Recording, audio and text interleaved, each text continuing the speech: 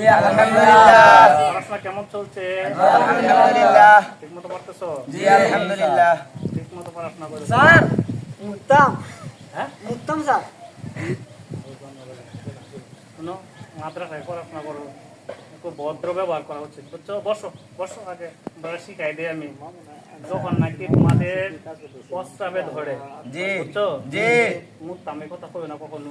জি যখন নাকি প্রস্রাবে ধরে তখন আমাকে বলবা স্যার, শুধু আমাকে না, যে কোনো জায়গায় পড়াশোনা করো। জি এই এক মানে কি?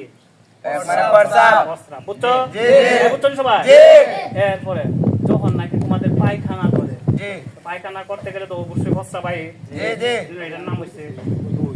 নাম কি? দুই। দুই। এই দুই আঙ্গুল যখন দেখাইবা জি তখন আমরা মনে করবো কি তোমরা পায়খানা যাইবা, যাইবা। পায়খানায় যাইবা, বুঝছো? জি কথা বুঝাইতে পারছি? জি তাইলে এখন থেকে আর মুত্তাম আক্তাম মিথ্যা কইবা না। তাহলে কি কইবা? স্যার। স্যার হ্যাঁ, তার মানে প্রস্তাব। জি। আর স্যার দুই, এই দুই মানে কি? পায়খানা। কথা বুঝাইতে পারছি? জি। হ্যাঁ, এটা ঠিক যেন থাকে। তাহলে পড়াশোনায় মনোযোগী হও সবাই। জি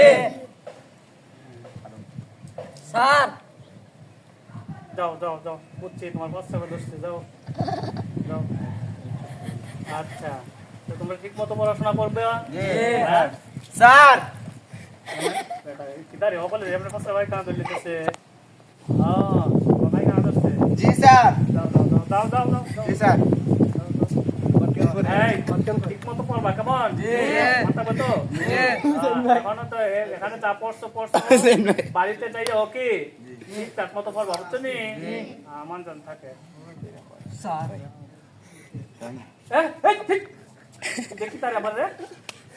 এই, স্যার আমি তো প্রস্তাবও করতাম না, পায়খানা করতাম না স্যার। হ্যাঁ? স্যার আমি একটা ফাঁদ দিতাম। আপনি বাইরে গিয়ে মাইরা দিতি। হ্যাঁ? স্যার আপনি তো শিখাইছেন এক হইলে প্রস্তাব, দুই হইলে পায়খানা। আপনি তো আর শিখাইছেন না। আদেরটা শিখাইছি না, দেখতে লাগে। স্যার। হ্যাঁ, সর্বনাশ করছে, আমার মন নাই রে আসলে।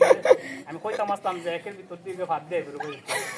আচ্ছা, দাও দাও দাও দাও, ছুটি আসলে দাও।